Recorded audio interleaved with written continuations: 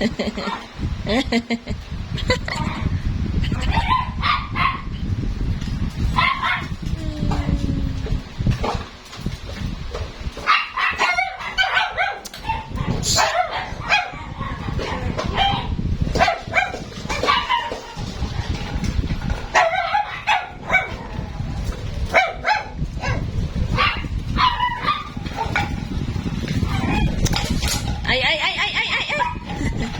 Ilog. Ano lang?